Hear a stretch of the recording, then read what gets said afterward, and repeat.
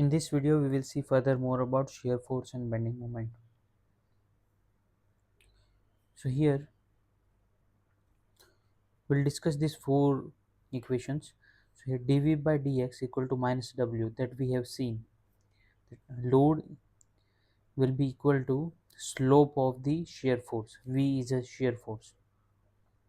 So slope of shear force diagram. If we differentiate shear force, then we will get load which we are applying. Second is dm by dx, which is a slope of bending moment diagram, which will be equal to shear force. And if we integrate these two equations, we get shear force, which is V, will be equal to minus integration W dx, which is the area under load diagram. So area under load diagram will give us shear force. Shear force is V. And if we integrate this equation, second one, we'll get bending moment equal to integration V dx, which will be area under shear force diagram. So area under shear force diagram will give us directly bending moment. Now we'll discuss some cases where we are not focusing on the values, just we are focusing on how the diagram is created and how positive, negative and slope will affect.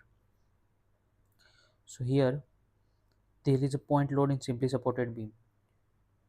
So W by 2 both reaction will be, so here if we see reaction for shear force diagram, this V is positive, then there is no load, so it will be constant. So zero slope means zero slope in shear force diagram, so constant. If load is 0, then slope will be 0, so slope is 0 here. Then suddenly W is acting, and then again constant slope of shear force because there is no load. So here there is 0 force in between these two, so again constant shear force. Now if you see, we can directly find moment from here and plot the values, but if we see area in the shear force diagram will be bending moment. So first there is a positive area, so positive slope. Shear force is slope, so if V is positive, slope is positive, so positive slope, and slope is shear force area. Shear force is constant throughout, so shear force is constant, so slope is constant. Now here negative shear force, so negative slope and constant slope. If you see, there is a second case which moment is applied in between. So shear force is constant throughout, there is no change in load, there is no change in load, no change in slope, so slope will be 0. W is 0 here, so shear force is 0. If you see bending moment, so shear force is constant, so constant slope and positive slope, value is positive, so positive slope. Now there is a moment externally present which is in opposite direction to this shear force. So shear force is up giving at this point giving clockwise, moment is giving counterclockwise, so negative moment value m, and then again this much area of half portion of area of shear force which is positive, so positive slope, and constant slope, linear relation. Third case is uniformly distributed load. So here if you see, due to this reaction upward, and then there is a constant negative slope, so constant negative slope of shear force, because load is constant, slope will be constant, and then upward. Now the shear force is linear, so shear force linear, slope, this bending moment will be integration of V, so that will be parabolic. Here if you see positive slope, so that's why this all up to half point is positive slope, but the value of shear force is decreasing from maximum to 0. So from maximum slope to 0 slope horizontal, and then again in negative direction, negative slope, and the shear force value increasing, so from 0 slope to maximum slope of bending moment. So that is how shear force increasing, slope is increasing. In this case if you say load is varying first increasing then decreasing in negative direction. So if it is linear, the shear force will be parabolic, and if shear force is parabolic, this will be cubic, bending moment will be cubic. Same case, just curvature is different, here linear, here parabolic.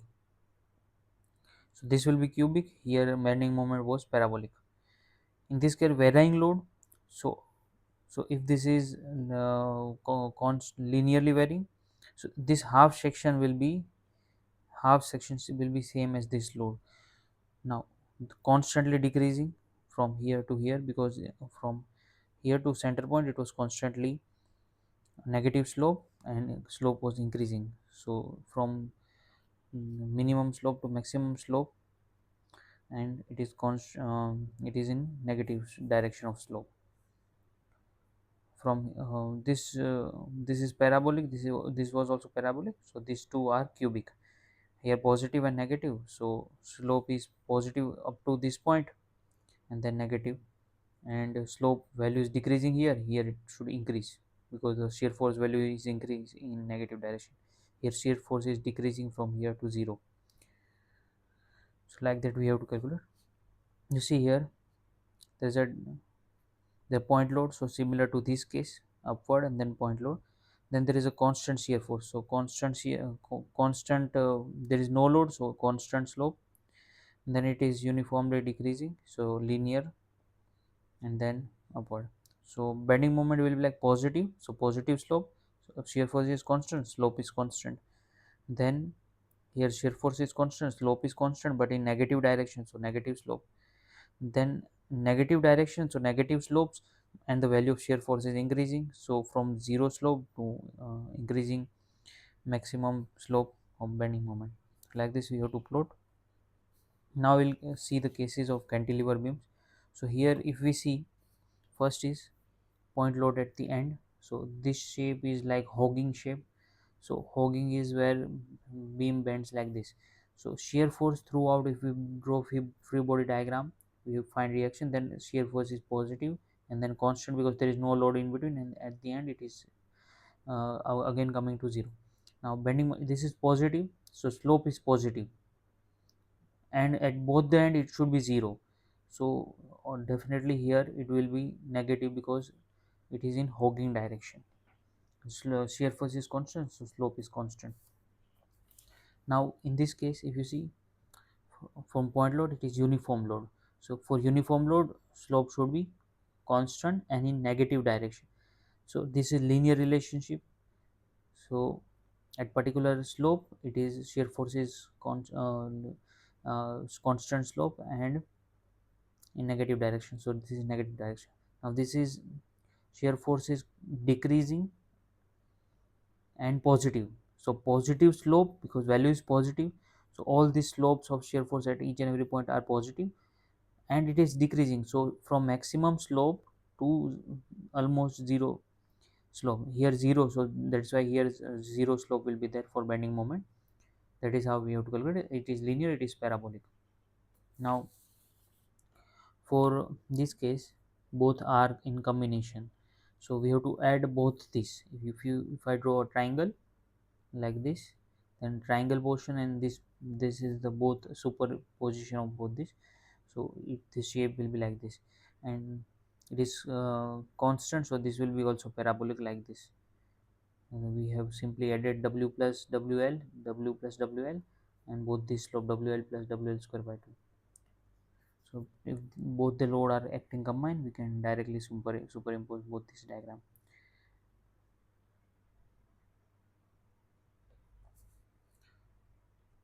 So in case we have missed this, then we can see here that this is parabolic, this will be cubic, here also parabolic, this is cubic.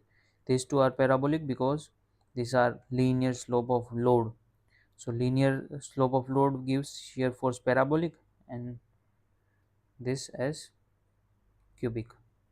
Here positive value, so positive slope, on this side it is negative value of shear force, negative slope, shear force value is decreasing to 0, so slope is from maximum to 0 slope, and then from 0 slope to maximum value of shear force, so maximum slope. Same case for here, At this point there is a zero slope. On this side positive slope, on this side negative slope because shear force is negative. And this is some special case where positive slope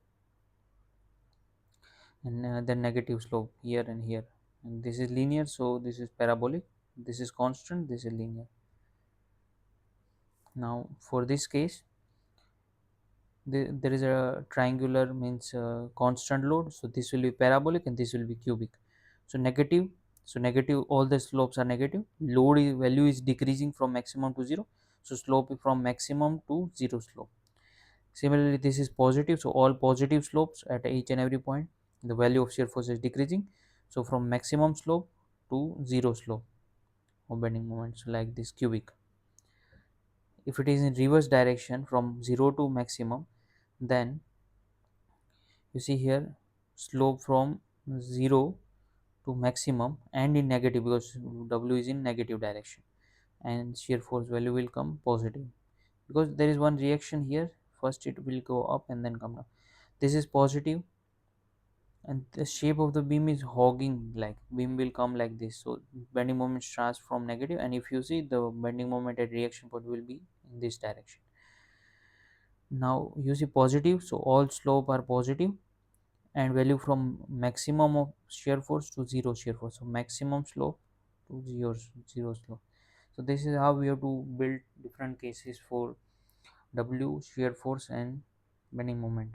SFT BMD diagram we have to plot like this.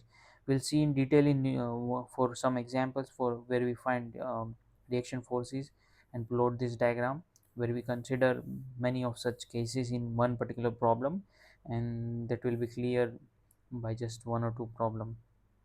This is a very common questions which is asked in not only in GATE exam but in various UPSC and civil services exam also. So thank you for watching this video and see you in the next video.